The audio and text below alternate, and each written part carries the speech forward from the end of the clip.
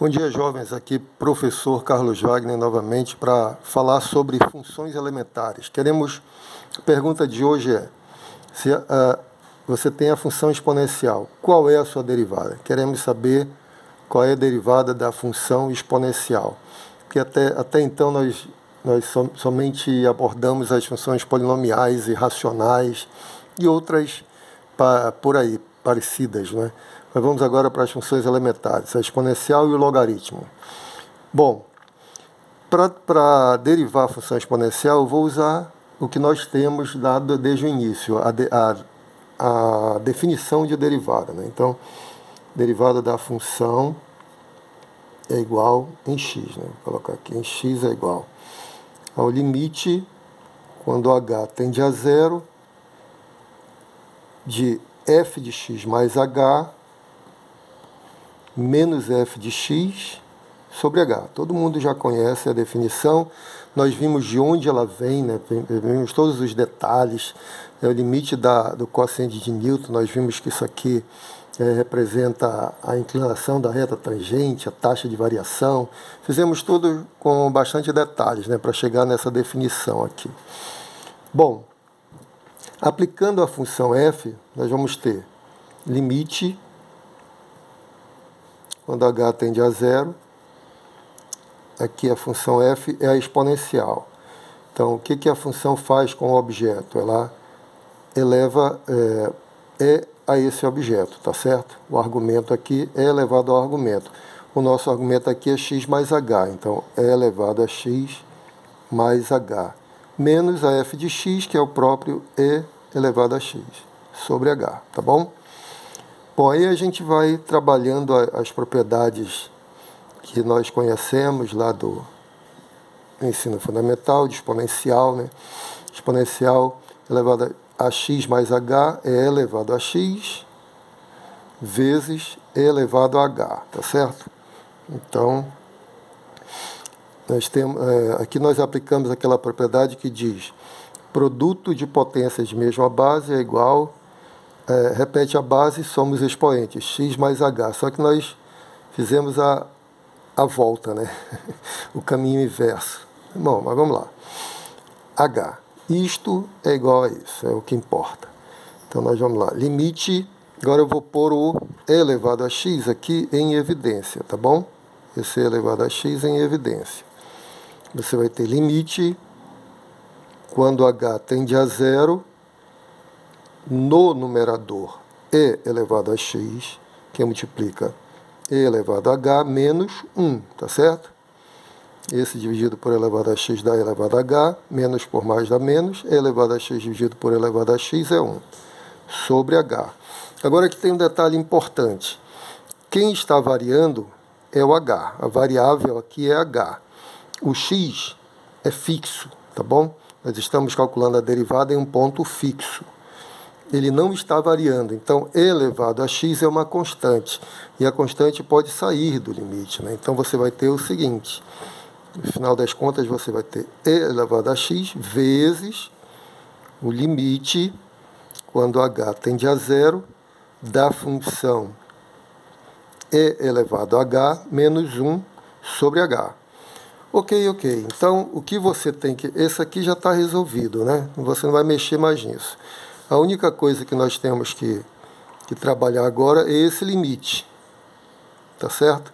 Então, conforme nós sabemos, primeiro eu vou tentar substituir o h por zero. Aí você vai ter e elevado a zero é 1, 1 menos 1, deixa eu fazer em vermelho aqui. 1 menos 1, 0, né? 0. E h, substituindo por zero, vai dar zero. 0 sobre 0 é uma indeterminação. Nós já vimos isso várias vezes, né? Quando você cai numa indeterminação, às vezes é possível você determinar o limite fazendo algumas manipulações, não é? Então, nesse caso aqui, bom, eu lembrei de uma coisa, alguns devem conhecer a regra de L'Hopital, não é? Se nós tivéssemos a regra de L'Hopital, seria muito simples determinar esse limite, calcular o limite, é só derivar numerador e denominador. Veja bem, mas nós não provamos a regra de L'Hopital, nós não vamos usar. Porque se você derivar numerador e denominador, veja bem, derivar numerador e derivar denominador. não é usar a regra do quociente. Aí você teria e elevado a h sobre... mas aqui eu ainda não sei qual é a derivada da e. Perfeito. Então, falei bobagem. Vamos lá. Nós vamos ter que fazer no braço mesmo, né? Então, no braço...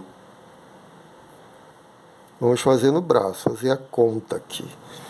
Então, eu só preciso determinar esse limite. Eu vou fazer o seguinte, vou calcular o limite aqui ao lado e depois trago o resultado para cá. Vamos para esse limite aqui, que parece ser bem interessante, não é? Então, você tem assim, limite, copiando a página anterior, tá? Nosso problema agora é resolver este limite aqui, e elevado a h menos 1 sobre h. O que eu vou fazer é uma mudança de variáveis, lembrando as técnicas que nós aprendemos lá nas aulas de limites, né? Eu vou colocar u como sendo e elevado a h menos 1, tá bom? Isso aqui tudo eu vou chamar de u. Então, na verdade, u mais 1 vai ser igual a e elevado a h. E como eu vou precisar do valor do h, eu vou aplicar o log em ambos os membros, né? Log de u mais 1.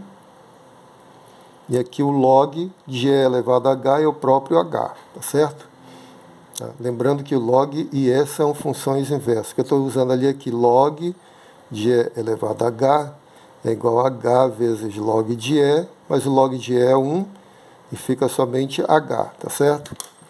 Então, ó, aplicando log a e elevado a h, o resultado é h. Então, já coloquei aqui direto, tá bom? Bom, mas vamos lá. Substituindo as coisas... outra coisa, o h está tendendo a zero. Quando o h tende a zero, o u vai tender a e elevado a zero menos 1, 1 menos 1, 0, né?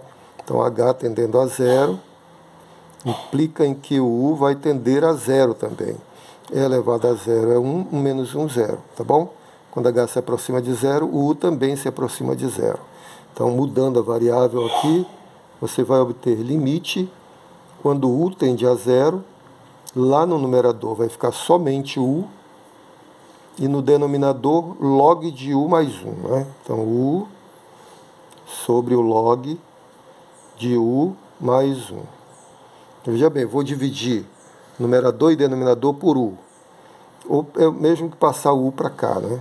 Vai ficar assim, limite, quando u tende a zero, dividir o numerador por u vai dar 1.